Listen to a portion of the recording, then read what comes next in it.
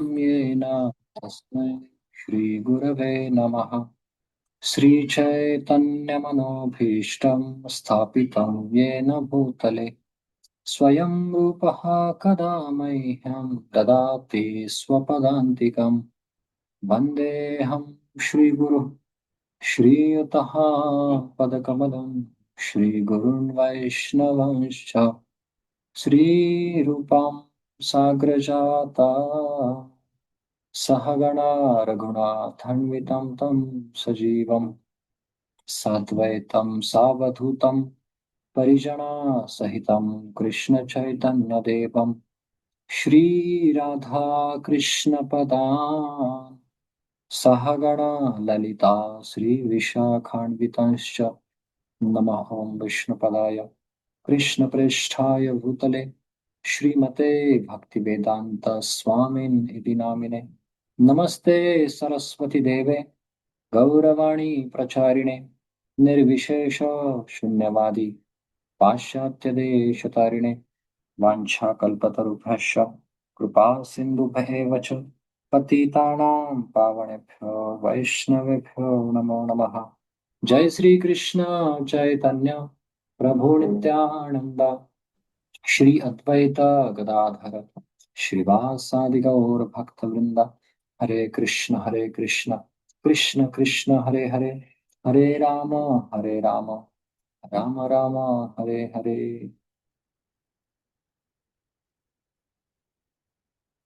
हरे कृष्ण. तर सर्व वैष्णवांचं स्वागत आहे. तर काही दिवसापूर्वी मला एक कॉल आला. त्या कॉलमध्ये थोडंसं सांगण्यात आलं की आपलं NVCC जे मंदिर आहे त्या मंदिरांतर्गत आपण श्रीमान वृंदावन प्रभू यांनी तुका म्हणे ही सिरीज चालू केलेली आहे. तर मी जेव्हा तुकाराम महाराज आणि देहू यांचा संबंध खूप घनिष्ठ आहे आणि जेव्हा कळालं की तुकाराम महाराजांबद्दल असं तुका म्हणेची चा समूह चालू झालेला आहे आणि त्याच्यावरती अशी गोष्ट चालू आहे, तेव्हा मला खूप आनंद वाटला. आणि त्यानंतर माताजींनी मला कॉल केला. तर माताजींनी त्रिभंग गोपाल प्रभूजींचा मला रेफरन्स दिला. प्रभूजी काही दिवसापूर्वी देहूमध्ये आले होते आणि देहूमध्ये काही भक्तांना घेऊन ते आले होते आणि धाम दर्शनाची सेवा माझ्याकडे होती आणि त्यांनी माताजींना निरोप दिला, पल्लवी माताजींना, की असं असं आहे, गोपीनाथलीला प्रेम तुम्ही रिक्वेस्ट करू शकता. तर पहिलं तर माताजींनी मेसेजमध्ये मेन्शन केलंय की वरिष्ठ भक्त, तर असं काही नाहीये. तर मी खूप कनिष्ठ आहे आणि अगदी वरिष्ठ भक्तांकडून मला मार्गदर्शन भेटत आहे, विशेष करून श्रील प्रभुपादांबद्दल, संत शिरोमणी तुकाराम महाराजांबद्दल. त्यामुळं तुम्ही वरिष्ठ वगैरे काही असं काही नाहीये. आणि मोस्टली आमचा जो भागवतम क्लास असतो त्या भागवतम क्लासमध्ये आमच्या भक्तांना माहिती आहे की कशा पद्धतीने एकदम खेळकर वातावरण असतं आणि त्याच खेळकर वातावरणामध्ये मी तर पहिलं तर स्वतःला भाग्यवान समजतो की श्रीमान वृंदावन प्रभू यांनी सुरू केलेलं हे जे मोठी सेवा आहे त्याचं उच्चिष्टाचा भाग उरला तो सेव, तुकाराम महाराज म्हणतात. तर त्यांचं उच्चिष्ट मला मला भेटतंय. या भावनेमधून मी या ठिकाणी ही सेवा स्वीकारली, माताजींना सांगितलं. आणि काय पुण्य असेल माहिती नाही, कुठलं काही असेल, तर देहूमध्येच या शरीराचा जन्म झाला. आणि तुकाराम महाराज आम्हाला तेव्हा कळाले जेव्हा आम्ही श्रील प्रभुपादांच्या इस्कॉन आंदोलनाचा आश्रय घेतला. तर जन्म इथे झाला होता, परंतु तुकाराम महाराजांबद्दल एवढी काही माहिती नव्हती. परंतु वयाच्या 18-19व्या वर्षी जेव्हा इस्कॉन ही संस्था भेटली आणि त्या संस्थेअंतर्गत थोडस भक्तीमध्ये प्रगती करायला लागलो, तेव्हा कळालं की तुकाराम महाराज किती ग्रेट आहेत. तुकाराम महाराजांना मानणारे भरपूर आहेत आज महाराष्ट्रामध्ये, पण तुकाराम महाराजांचे अभंग, तुकाराम महाराजांचं दिव्य चरित्र हे जाणणारे खूप क्वचित आहेत.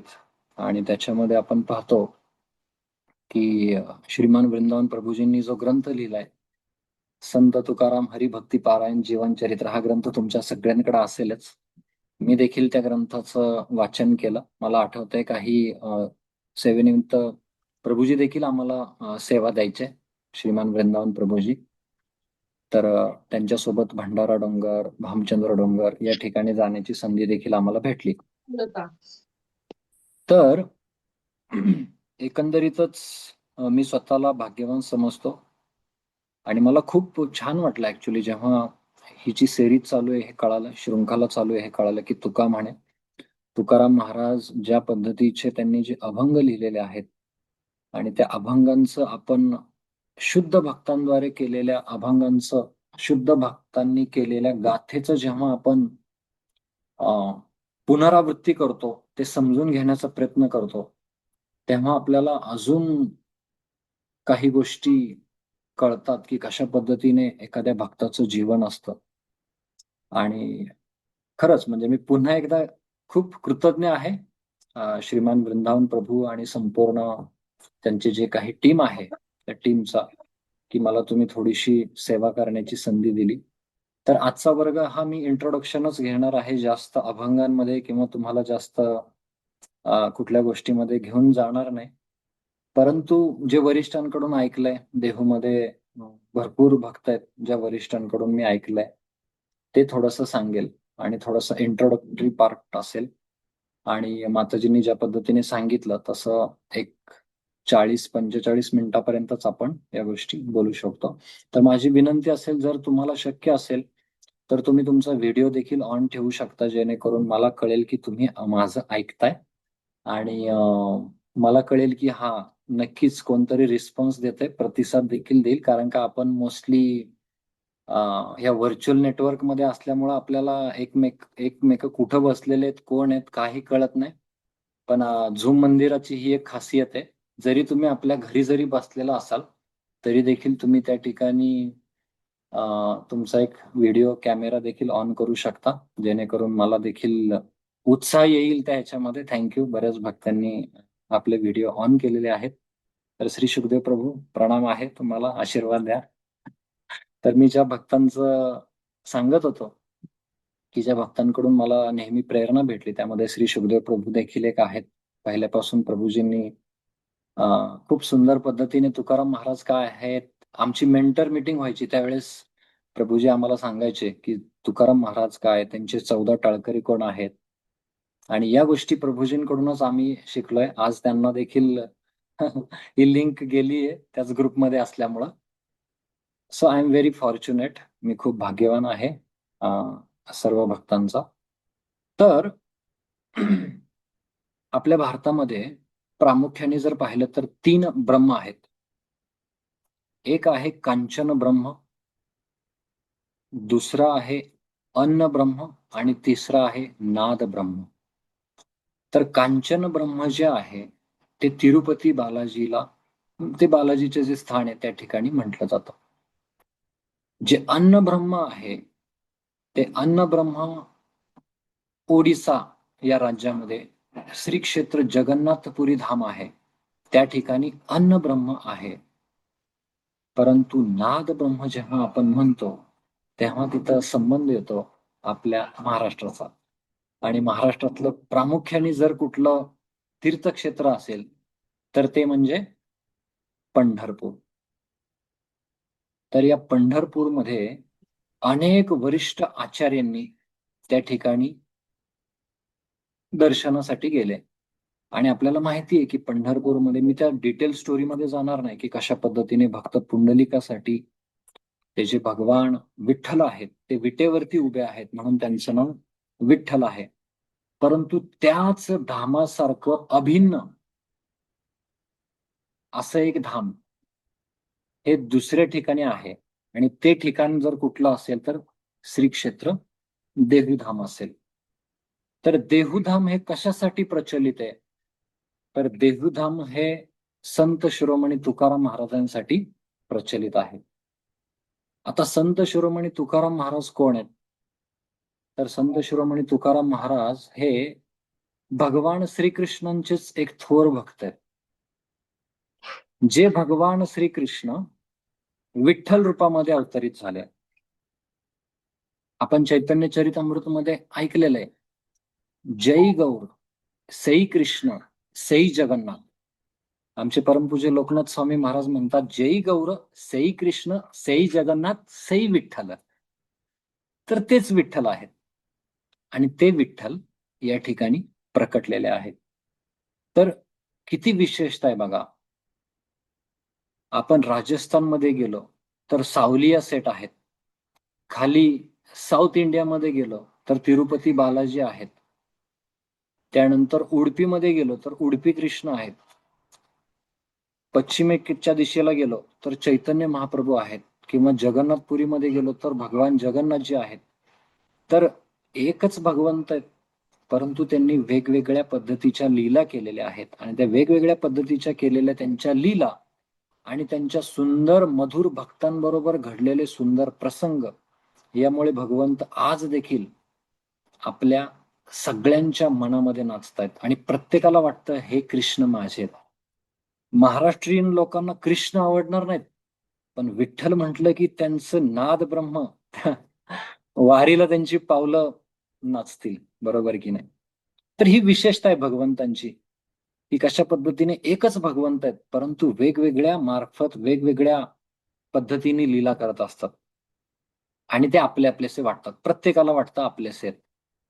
म्हणून देहूमध्ये जर आपण पाहिलं तर देहूमध्ये आजचा मी विषय इंट्रोडक्टरी ठेवलेला आहे. आज मी जसं म्हटलं, की आज मी जास्त काही तुकाराम महाराजांच्या अभंगांमध्ये किंवा तुकाराम महाराजांचं तत्वज्ञान काय किंवा हे काय ते मी बिलकुल सांगणार नाही. मी फक्त टच करणार आहे. हा टच अशा पद्धतीने असेल की जेणेकरून भविष्यामध्ये जेव्हा कधी आपण हे शृंखलेमध्ये भाग घेऊ तेव्हा आपल्याला रुची वाटली पाहिजे. त्याच्यासाठी मी हे थोडंसं जस्ट स्पर्श करतोय. परंतु आजच्या क्लासचा उद्देश हाच आहे की आपण ज्या संतांविषयी चर्चा करत आहोत ते साधारण संत नाहीयेत. हे संत म्हणजे भगवंतांनी स्वतः त्यांच्या बरोबर काय केलेलं आहे, लीला केलेलं आहे. भगवंतांचे प्रेमी भक्त आहेत. आपण जेव्हा शरणागती म्हणतो तेव्हा शरणागतीची 6 लक्षणं आहेत. अनुकूलस्य संकल्प, प्रतिकूलस्य वर्जनम, रक्षसीति विश्वासु, गोतृप्ते वर्णम तथा आत्मनिक्षेपकार्पण्य, षडधाम शरणागती. प्रत्येक स्थितीमध्ये संत शिरोमणी तुकाराम महाराजांनी भगवंतांच्या अनन्य प्रेम भक्तीचं आपल्या जीवनामध्ये पालन केलेलं आहे. रूप गोस्वामी म्हणतात, शुद्ध भक्तीची व्याख्या, अन्याभिलाषिता शून्यम ज्ञान कर्म अनावृतम अनुकुल्लेन कृष्णाणु शीलरम भक्ती उत्तमा. तर जी उत्तम भक्ती आहे, जी अनन्य भक्ती आहे, जी प्रेमा भक्ती आहे, त्या प्रेमा भक्तीचं जर कोणी आपल्या जीवनामध्ये तंतोतंत पालन केलं असेल तर ते जगद्गुरु संत तुकाराम महाराज आहेत. त्यामुळे एवढ्या मोठ्या संतांविषयी बोलण्याची नक्कीच माझी बिलकुल काहीच योग्यता नाहीये. आणि हे वृंदावन प्रभूंनी देखील त्यांच्या या ग्रंथामध्ये लिहिलेलं आहे, मनोगतामध्ये.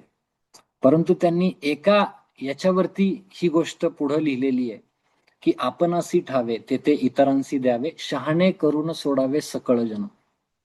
आज जगामध्ये वाईट गोष्टी यासाठी घडत नाहीत की वाईट लोकच त्या वाईट गोष्टी करतात, परंतु चांगली लोक, भक्ती मार्गामध्ये असणारी लोक शांत बसलेली आहेत, प्रचार करत नाहीयेत.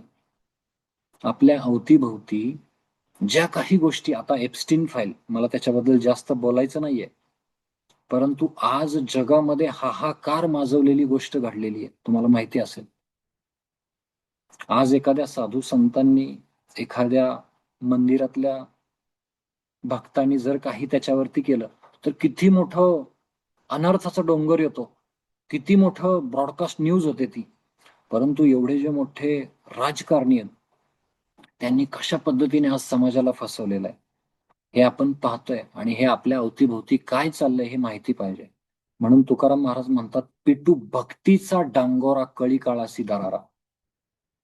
जर आपण भक्ती आपण आपल्या जीवनामध्ये पालन केली नाही आणि त्याचबरोबर इतरांना ती समजावून सांगितली नाही, तर या जगामध्ये बरेच लोक बुडतात, ते बुडतच राहतील. म्हणून तुकाराम महाराजांसारखे संत म्हणतात, बुडते हे जग जन देखवे न डोळा, म्हणून कळवळ येत असे. एखाद्याला जर समाजाला सुधारायचंय ना, समाज सुधारक, तर त्याच्या हृदयामध्ये करुणा पाहिजे. आणि ही करुणा श्रील प्रभुपादांच्या हृदयामध्ये होती. म्हणून तर श्रील प्रभुपादांनी वयाच्या 70व्या वर्षी 2 हार्ट अटॅक आले. ते हार्ट अटॅक येऊन सुद्धा त्यांनी अमेरिकेमध्ये प्रवास केला. काय गरज होती हो? आज लोक VRS घेतात. VRS म्हणजे स्वेच्छानिवृत्ती. घ्यायची, बसायचं. कुठे बसायचं? गाशा गुंडाळून मस्तपैकी टीव्ही लावून बसायचं. आजच्या ठळक बातम्या. सकाळी प्लेट रेडी, दुपारी प्लेट रेडी, संध्याकाळची प्लेट रेडी. प्रसादाची म्हणतोय मी. काही गरज नाही. परंतु एवढ्या याच्यामध्ये प्रभुपादांनी अमेरिकेला गेले, बावरीमध्ये गेले. प्रभुपादांच्या लीलामृत मध्ये जर तुम्ही वाचलं असेल, तर ज्या ठिकाणी प्रभुपादांनी प्रचार चालू केला, त्या ठिकाणी केवळ 2 गोष्टींचा दुर्गंध येत होता, वास येत होता. एक म्हणजे दारू आणि दुसरं म्हणजे मूत्र. अशा ठिकाणी श्रील प्रभुपादांनी भक्तीचा प्रचार चालू केलेला आहे. त्या लोकांना सांगितलं राधाकृष्ण काय, ज्यांना कधीच काही माहिती नव्हतं. त्यांना कृष्ण कोण माहिती नाही, राधा कोण माहिती नाही, राम कोण माहिती नाहीत, बलराम कोण हे माहिती नाहीत. त्यांच्याकडून प्रभुपादांनी नवदा भक्तीचं पालन करून घेतलं. नव्हे तर त्यांना गुरु पदापर्यंत आणलं. याचा अर्थ काय? की सोन्याचं जीवन प्राप्त केलं. सोनं, 24 कॅरेट शुद्ध सोनं. आणि हे कोण करू शकतो? लोखंडाच्या जीवनामध्ये एक गोष्ट आली की त्याचं सोनं होतं, ते म्हणजे परीस. तर श्रील प्रभुपादांचं जीवन हे परिसासारखं जीवन आहे. आणि संत शिरोमणी तुकाराम महाराजांचं जीवन देखील तसंच जीवन आहे.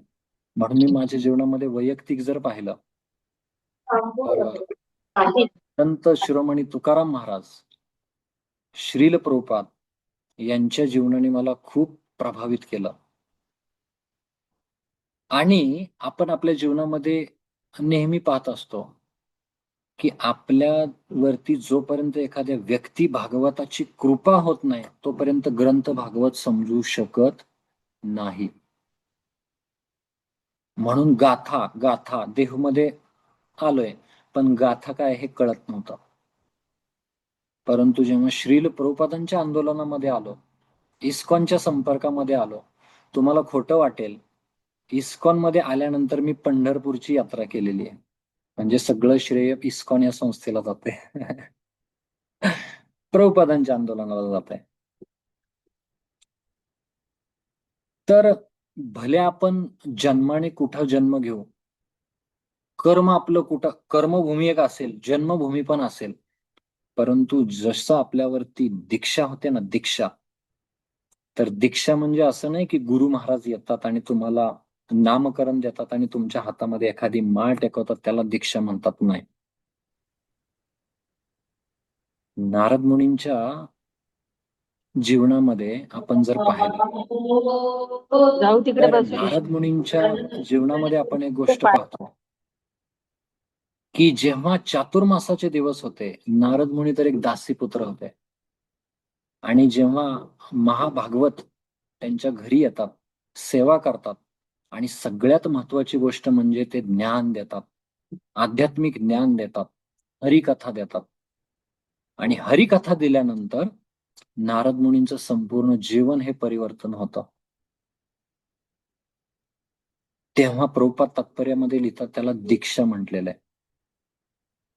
तर आपल्या जीवनामध्ये असा कोणीतरी व्यक्ती पाहिजे जो आपल्याला भगवंतांची आठवण करून देईल. म्हणून नीलकंठ गोस्वामी म्हणतात, एक खूप मोठे भक्त आहेत, ते म्हणतात की तुमच्या जीवनामध्ये तो व्यक्ती खूप महत्वाचा आहे, तो व्यक्ती बेस्ट फ्रेंड आहे. आज कुठला व्हॅलेंटाईन डे, फ्रेंड्स डे, वेगवेगळे डे चालू आहेत, पण तो व्यक्ती तुमच्यामध्ये महत्वाचा आहे. जो व्यक्ती तुमच्या जीवनामध्ये भगवान श्रीकृष्णांना आणतो, जो व्यक्ती तुमच्या जीवनामध्ये विठ्ठलाला आणतो, जो व्यक्ती तुमच्या जीवनामध्ये हरे कृष्ण महामंत्र किंवा रामकृष्ण हरीचा मंत्र देतो. म्हणून हे खूप महत्वाचं आहे की आपल्या भारत वर्षामध्ये, महाराष्ट्र राज्यामध्ये जर प्रामुख्याने जर वारसा असेल तर वारकरी संप्रदायाचा वारसा आहे, बरोबर की नाही? आणि त्याच्यामध्ये देहू ते पंढरपूर आणि आळंदी ते पंढरपूर अशी वारी निघते, हे माहितीये. मी नेहमी आम्ही सांगत असतो, चर्चा करत असतो, जो वारीला जातो, थोडक्यात जो पंढरपूरच्या दिशेने आपली पावलं ठेवतो, तो जन्म मृत्यू जरा व्याधीच्या वारीतून सुटतो. याचाच अर्थ काय?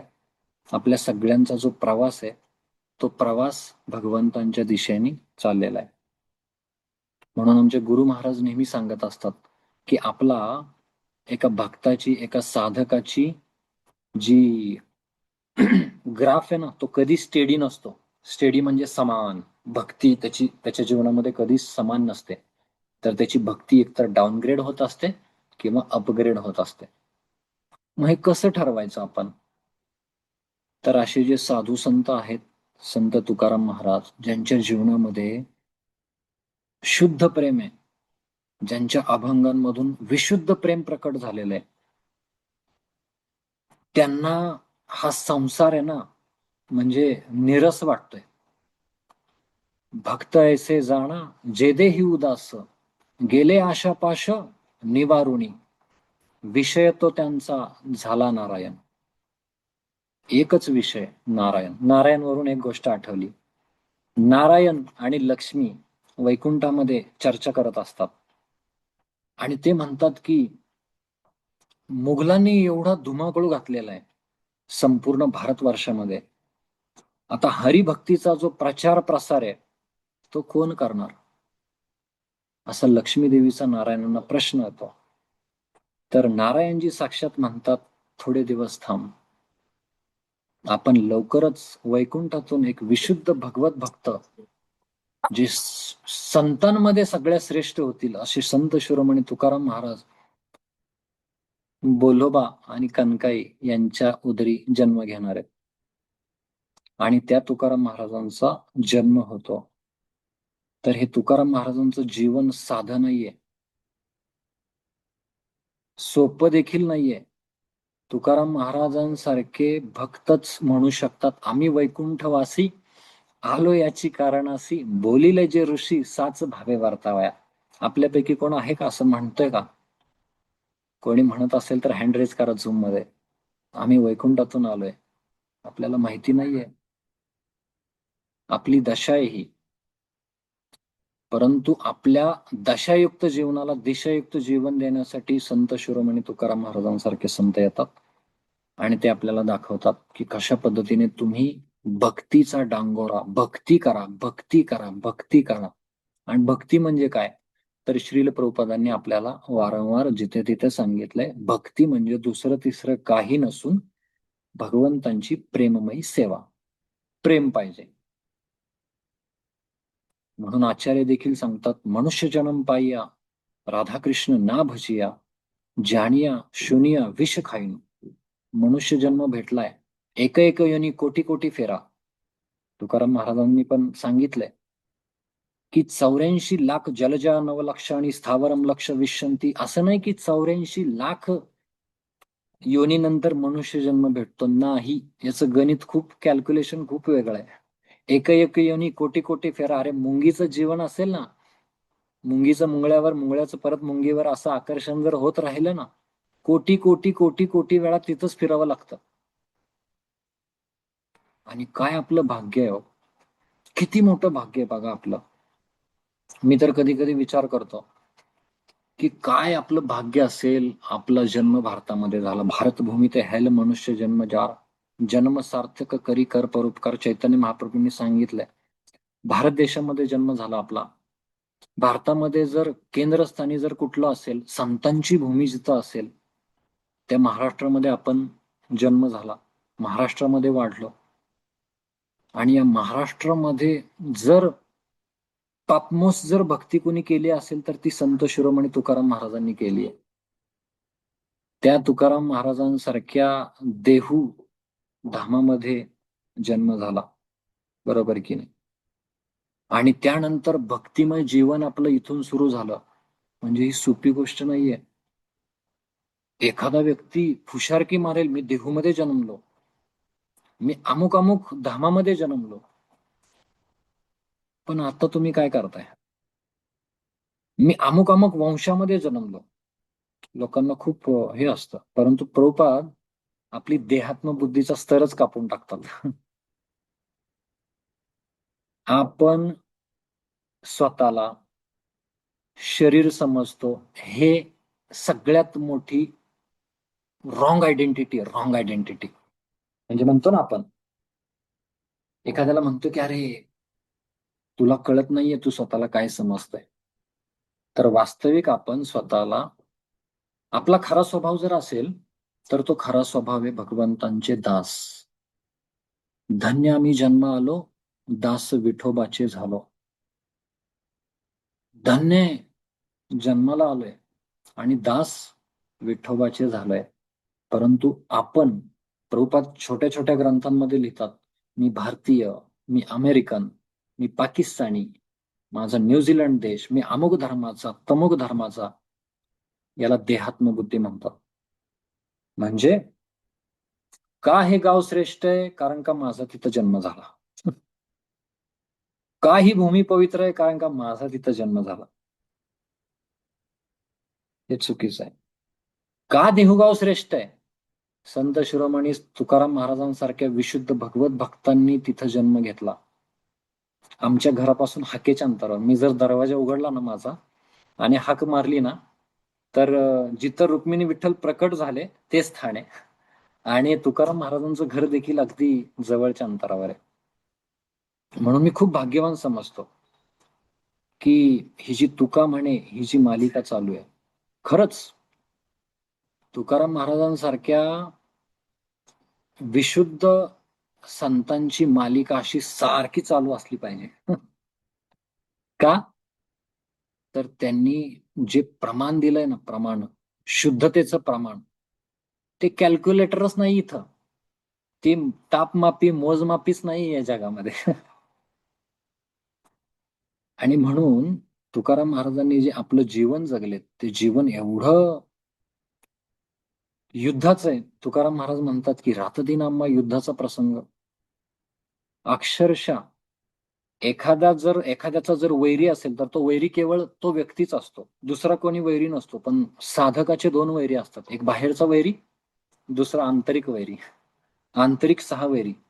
भौतिकवादी व्यक्तीला आतले 6 वैरी दिसत नाहीत, कारण का तो त्यांनी त्या वैऱ्यांना मित्र केलेला असतं.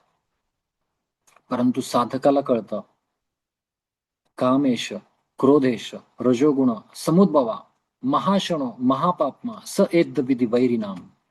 सगळ्यात मोठं वैरी आहे. भगवद्गीतेमध्ये सांगितलंय, ध्यायतो विषयं पुंसा संगस्तेषुपजायते, संगात संजायते काम, कामात क्रोधोभिजायते. काम, क्रोध, लोभ, मद, मोह, मत्सर हे वैरी आहेत. म्हणून वैऱ्यांबरोबर जर लढायचं असेल तर हातामध्ये शस्त्र पाहिजे ना. कुठल्या शस्त्राने लढणार? ते जे शस्त्र आहे ते घेऊन एक भगवंत आलेले आहेत. भागवताच्या 11व्या स्कंदाच्या 5व्या अध्यायाच्या 32व्या श्लोकामध्ये एक अवतार प्रकट झालेला आहे. कृष्णवर्णम त्विषा कृष्णम सांगोपांगास्त्र पार्षदम यज्ञ संकीर्तन प्राय यजंती ही सुमेधसहा. तर भागवतामध्ये ऍक्च्युली तुकाराम महाराजांचं जीवन मी सांगतोय. तुकाराम महाराजांच्या जीवनामध्ये केवळ गीता भागवत आहे, केवळ गीता भागवत आहे.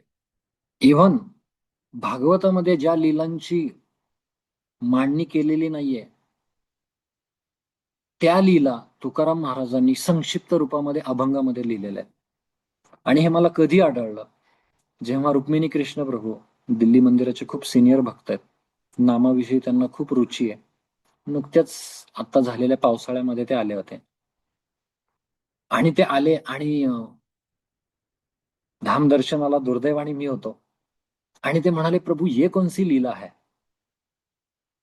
तर आता मला पण ती लीला माहिती नव्हती, कारण का आपण कोणत्या लीला सांगू शकतो ज्या भागवतामध्ये आपण ऐकलेल्या आहेत, प्रभुपादांनी तात्पर्य लिहिलेलं आहे.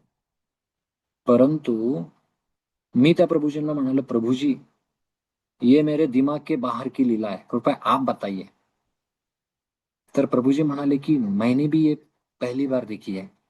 याचाच अर्थ काय, आपल्या जीवनाला पुरून उरल एवढं तुकाराम महाराजांनी दिलंय. म्हणजे अक्षरशः गीता भागवत तर आहेच, अजामिळ आख्यान देखील आहे. भागवताचा 6वा स्कंद अजामिळ आख्यानावरती आहे. त्या अजामिळ आख्यानावरती देखील तुकाराम महाराजांनी आपलं विवेचन दिले. नवधा भक्ती, शुद्ध भक्ती, प्रेमा भक्ती, भक्तिरसामृत सिंधू मधले जे टॉपमोस्ट काही गोष्टी आहेत ना, त्या तुकाराम महाराजांनी दिल्या आहेत. भाव, वेगवेगळ्या प्रकारचे भाव. तर हे खूप महत्वाचं आहे हे समजून घेणं, की अशा पद्धतीचं विशुद्ध चरित्र आपल्या समोर प्रस्तुत आहे. म्हणून मी आज थोडक्यामध्ये तुम्हाला सांगणार आहे की देहूमध्ये कोणत्या कोणत्या स्थळी आहेत जिथं आपण दर्शन करू शकतो, जेणेकरून भविष्यामध्ये हे टॉपिक विस्तृत त्याच्यामध्ये आपण घेऊ. म्हणून मी म्हणालो आजचा हा क्लास इंट्रोडक्टरी होणार आहे. तर माताजी आणि इतर छान भक्तांनी, मला वाटते तोषणीमाय प्रभू, धीर शांत प्रभू आणि अन्य काही भक्तांनी खूप सुंदर याच्यावरती मार्गदर्शन केलेले ऑलरेडी. परंतु मी माताजींना रिक्वेस्ट केली की माताजी आपण हे शृंखलेमध्ये करू, पुन्हा एकदा नवीन भक्तांना सांगू आपण की तुकाराम महाराज, देहूधाम, विठ्ठलाची भक्ती ही टॉपमोस्ट भक्ती आहे आणि साधारण नाहीयेत. वैकुंठातून व्यक्ती जर येत आहेत, वैकुंठातून व्यक्ती जर आपल्या समोर प्रस्तुत होत आहेत आणि ते आपल्याला जर भक्तीचा धडा शिकवत आहेत, अर्भकाचे साथी पंते हाती धरली पाटी, तुकाराम महाराजांना गरज नाहीये या गोष्टी सांगण्याची. जसं मी श्रील प्रभुपादांबद्दल सांगत होतो ना, काय गरज होती तिकडे बावरीला जायची, अमेरिकेमध्ये जायची. आज आपण पाहतो, म्यूट करा माताजींना, थँक्यू. तर मी काय सांगत होतो, कोणी सांगेल मला? कृष्ण प्रभुपादांना बारवीला जायची काय गरज हा, हा. तर ते बसले असते, मस्तपैकी त्यांचं सगळं जीवन चाललेलं होतं, बरोबर की नाही? तसं तुकाराम महाराज देखील वैकुंठामध्ये आनंदामध्ये होते, परंतु ते का आलेले आहेत, त्यांचं प्रयोजन काय? आणि जोपर्यंत आपण त्यांचं प्रयोजन समजून घेणार नाही, तोपर्यंत आपलं जीवन कल्टिवेट होणार नाही. म्हणून प्रभुपादांनी जेव्हा भगवद्गीतेवरती टिप्पणी लिहिली, टीका लिहिली, तेव्हा 700 ते 800 टीका ऑलरेडी होत्या त्यावेळेस. मग प्रभुपादांना विचारलं, स्वामीजी एवढ्या टीका ऑलरेडी असताना तुम्ही स्वतःची वैयक्तिक टीका का लिहिताय? तर प्रभुपादांनी एका वाक्यात उत्तर दिलं, हे बघा, भगवद्गीतेमध्ये या टीका मी वाचल्या, याच्यामध्ये कोणी कर्णाला हिरो केलंय, कोणी धृतराष्ट्राला हिरो केलंय, कोणी दुर्योधनाला हिरो केलंय, कोणी बर्बरीचला हिरो केलंय, परंतु ऍक्च्युअल हिरो जो आहे तो बाजूला ठेवलेला आहे. आता असा पिक्चर, असा सिनेमा तुम्ही पाहाल का ज्या सिनेमामध्ये हिरोच नाहीये किंवा व्हिलन आहे, तो व्हिलनचं हे पाहतायत, त्याचं क्रूर कर्म पाहतायत, तो मूवी सिनेमा पाहून आल्यानंतर देखील तुमच्या हृदयामध्ये संतुष्टी नाही भेटणार. तसं प्रभुपाद म्हणतात की वेगवेगळ्या व्यक्तीला हिरो केलंय, परंतु मुख्य जो नायक आहे भगवान श्रीकृष्ण आहेत, त्यांना बाजूला ठेवलेलं आहे. आणि म्हणून मुख्य नायक भगवान श्रीकृष्ण सेड टू अर्जुना, भगवान वाच, ते जशी आहे तशी मी देण्यासाठी आलोय. म्हणून प्रभुपाद एका गोष्टीचं क्रेडिट घेतायत. प्रभुपाद पण क्रेडिट घेतायत. हा, काय क्रेडिट घेतायत भगवद्गीतेचं माहितीये तुम्हाला? जर तुम्ही मनोगत उपोद्घात मध्ये वाचलं ना, प्रभुपाद म्हणतात एकच क्रेडिट पाहिजे मला, ते म्हणजे ही भगवद्गीता मी विदाउट भेसळ, विदाउट कॉन्कॉक्शन लिहिलेली आहे. म्हणजे वरून सांगितली, गुरु शिष्य परंपरेमध्ये आली आणि मी ऍज इट इज तुमच्या समोर देतोय. तर एक जो साधक असतो तो साधक मनाचं काय सांगत नाही आणि त्यांनी नाही सांगितलं पाहिजे. जे जे काही आलंय ते देतात. म्हणून तुकाराम महाराजांनी जे काही रेफरन्स दाखले दिलेले आहेत ते त्यांचे आध्यात्मिक गुरु, माझ्या विठोबाचा कैसा प्रेम भाव आपणची देव होय गुरु, साक्षात चैतन्य महाप्रभूंच्या हृदयामधून त्यांच्या हृदयापर्यंत प्रकट झालेत आणि ते त्यांनी या ठिकाणी अनुमोदित केलेत. नामदेव महाराजांसारख्या विशुद्ध संतांकडून देखील त्यांनी स्वप्नामध्ये त्यांच्या आलेले आहेत आणि नंतर त्यांचे जे शिष्य आहेत निळोबाराय यांच्यापर्यंत गेलेले आहेत. तर हा खूप मोठा गौरवशाली परंपरा आहे तुकाराम महाराजांसारखी. परंतु पुन्हा एकदा मी हेच सांगेल की तुकाराम महाराजांसारख्या संतांना जर आपल्याला समजून घ्यायचं असेल तर आपण श्रील प्रभुपादांसारख्या विशुद्ध भगवत भक्ताचं चरित्र वाचलं पाहिजे. का मी हे सांगतोय, मी जाणीवपूर्वक हे सांगतोय कारण का बऱ्याच वेळा आपण एखाद्या संतांचं चरित्र वाचायला घेतो आणि तिथं मायावादाचा थोडासा एंट्री होते. दुर्दैवाने आज काही संप्रदायांमध्ये दिसते आपल्याला. परंतु जर श्रील प्रभुपादांसारख्या लेखकाकडून जर आपण भागवताचे 9 स्कंद जर समजून घेतले तर दशम स्कंदामध्ये ज्या लीला आहेत भगवंतांच्या त्या लीला समजण्यासाठी अगदी सोप्या आहेत. म्हणून तुकाराम महाराजांचं चरित्र कसं समजायचं आपण तर हे तुकाराम महाराजांसारख्या विशुद्ध भक्ताच्या हृदयातून आपण समजू शकतो. आणि आपल्याला माहिती आहे की श्रील प्रभुपादांनी देखील वेगवेगळ्या ठिकाणी तुकाराम महाराजांचा उल्लेख केलेला आहे. एका मॉर्निंग वॉक मध्ये मी रिसेंटली वाचत होतो. मुंबईमध्ये ते मॉर्निंग वॉक झालं आणि मुंबईमध्ये प्रभुपादांना खूप प्रचार करायचा होता आणि प्रभुपाद म्हणाले की संकीर्तन चालू करा. महाराष्ट्रामध्ये मुंबईमध्ये संकीर्तन चालू करा. आणि त्यानंतर भक्त म्हणतात की प्रभुपाद संकीर्तन का? तर प्रभुपाद खूप छान उत्तर देतात. प्रभुपाद म्हणतात की कारण महाराष्ट्रामध्ये संकीर्तन पद्धती ऑलरेडी संत तुकाराम महाराजांनी चालू केलेली आहे आणि ती संकीर्तन पद्धती पुढे नेण्यासाठी आपल्याला सोपं जाईल. म्हणजे प्रभुपादांचा देखील तुकाराम महाराजांवरती प्रचंड विश्वास आहे. म्हणून तुकाराम महाराजांच्या जीवनामध्ये नामपर अभंग पण आहेत. नाम संकीर्तन साधन पै सोपे, जळतील पापे जन्मांतरीची, न लगे सायास जावे वनांतरा, सुख येतो घरा नारायण. परत एकदम उच्च जर अभंग पाहायला गेला तर तुटो हे मस्तक फुटो हे शरीर, नामाचा गजर सोडू नये. ज्या विशुद्ध ज्या राजर्षी छत्रपती शिवाजी महाराजांना जर उपदेश देण्यामध्ये जर प्रमुख जर त्यांचे गुरु कोण असतील तर तुकाराम महाराजांचा तिथं मुख्य भाग आहे.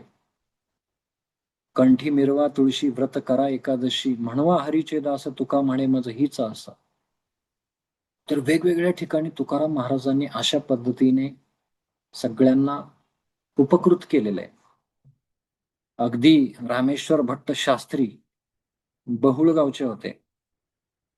ते जेव्हा आले आणि तेव्हा ते वेदांचा जो भाग आहे तो कोणालाही त्याच्यावरती टिप्पणी करता येणार नाही म्हणून त्यांनी तुकाराम महाराजांसारख्या भक्ताला विशुद्ध भक्ताला ते अभंग बुडवायला सांगितले.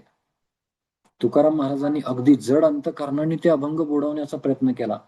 परंतु 13 दिवसानंतर 14व्या दिवशी ते अभंग अशा पद्धतीने वर आले. उल्लेख केलेला आहे तारियेल्या जैस्या लाह्या, मुरमुरे माहितीये मुरमुरे कसे पाण्यावरती तरंगतात तशी तुकाराम महाराजांची गाथा आली. एक खूप फेमस संत आहेत, कवी कथाकार आहेत, कविता लिहितात. ते म्हणतात की माझ्या 50 वर्षाच्या आयुष्यामध्ये मी केवळ 50 कविताच करू शकलो.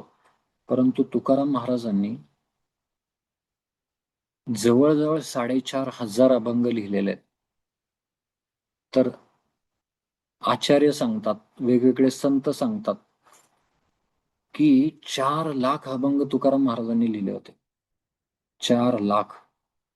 96 लाख नामदेव महाराजांनी लिहिले होते आणि शतकोटी म्हणजे म्हणतो ना आपण 1 कोटी अभंगांची रचना करण्यासाठी 4 लाख लिहिलेले आहेत. त्याच्या पुढे आपल्याला किती भेटतात? तर 4-4.5 हजार भेटतात. तर भविष्यामध्ये आपण पाहूयात, पण मी ज्या देहूमधल्या स्थानांचं वर्णन करत होतो, तर त्या वर्णनामध्ये पहिलं तर येईल की विश्वंभर बुवा. हे विश्वंभर बुवा कोण होते? विश्वंभर बुवांचा इतिहास काय? विश्वंभर बुवांचे पुत्र कोण?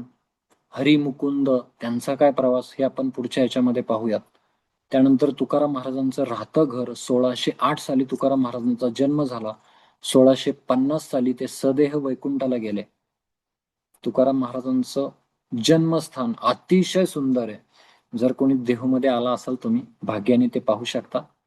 आम्ही तर प्रत्येकाला वेलकमिंग म्हणत असतो, कधीही या तुम्ही. तुकाराम महाराजांचं राहतं घर आहे. त्यानंतर मुख्य विग्रह आहेत. माताजी, त्या विग्रहांचं दर्शन करता येईल? आजचं दर्शन मी तुम्हाला सगळ्यांसाठी विशेष आणलेलं आहे. हो. आज जे तुकाराम महाराजांनी स्वतःच्या हाताने पूजा केलेले जे विग्रह आहेत, त्या विग्रहांचं दर्शन माताजी तुमच्या पुढे दाखवतात. तर हे खूप मोठं अहोभाग्य आहे आपलं, की एवढं सुंदर दर्शन. आणि आता नुकतंच काही त्या विग्रहांवर वेगवेगळ्या पद्धतीचे लेप लावण्यात आलेले आहेत आणि अतिशय सुंदर दिसणारे हे विग्रह आहेत. आजचं दर्शन मी तुम्हा सगळ्यांना, माताजींना मी रिक्वेस्ट केली की माताजी जे जे जॉईन होतील त्यांना हे जे आजचं दर्शन आहे ते आपण दाखवूयात. तर आपल्या समोर ते दर्शन उभं येत आहे. पहा किती सुंदर आहे. माताजी थोडस झूम इन कराल? Zoom in. किती सुंदर विग्रह आहेत पहा तुम्ही.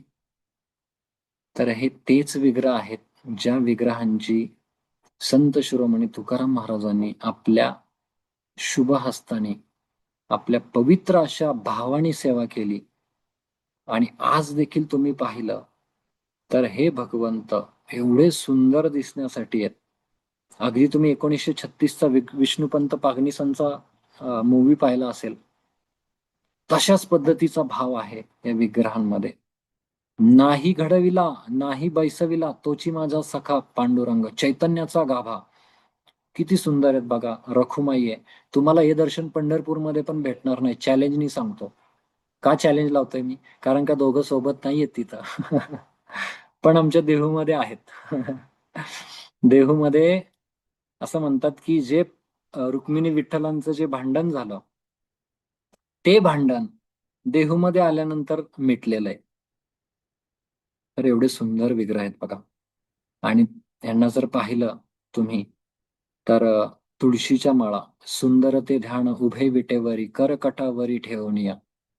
तुळशी हार गळा कासे पितांबर, आवडे निरंतर हेची रूप. मकर कुंडले तळपती श्रवणी, कंठी कौस्तुभ मणी विराजित. तुका म्हणे माझे हेची सर्व सुख, पाहिन श्रीमुख आवडीने. जर आपल्यासाठी जर पाहण्यासारखी जर कुठली गोष्ट असेल तर ती हीच गोष्ट जी आपल्या स्क्रीनवर दिसतीये. सर्व सुखाचे आगर बाप रखमा देवीवर. तर हे साक्षात विठ्ठल रुक्मिणी जे भगवंत आहेत ते आपल्या समोर आहेत.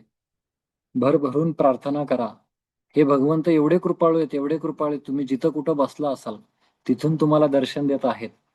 आणि तुम्ही जे त्यांना विशुद्ध प्रेमाने, विशुद्ध भक्तीने जे मागाल ते देण्यामध्ये ते तत्पर आहेत. म्हणून एवढे सुंदर विग्रह आहेत. आणि रोज त्यांची अभंग, विशेष रूपाने अभंग रूपी पूजा केली जाते. म्हणजे तिथं जे पुजारी आहेत विशेष करून, त्या पुजाऱ्यांना जेव्हा मी विचारतो तेव्हा ते म्हणतात तुकाराम महाराजांनी जे अभंग गायले त्या अभंगांची इथले जे साधू संत आहेत, पुजारी आहेत, ते अभंग गात गात गात सेवा करतात. का? तर तो तुकाराम महाराजांचा भाव भगवंतांना प्रिय आहे. आणि अशा विशुद्ध भगवंत भक्तांचा भाव जर आपण आपल्या हृदयी ठेवला आणि जर हरे कृष्ण महामंत्राचा जप केला, 4 नियमांचं पालन केलं, तर आपल्या जीवनामध्ये सुद्धा भगवंत सर्व सुखाचे आगार आहेत हे वाटायला जास्त वेळ लागणार नाही. हरे कृष्ण.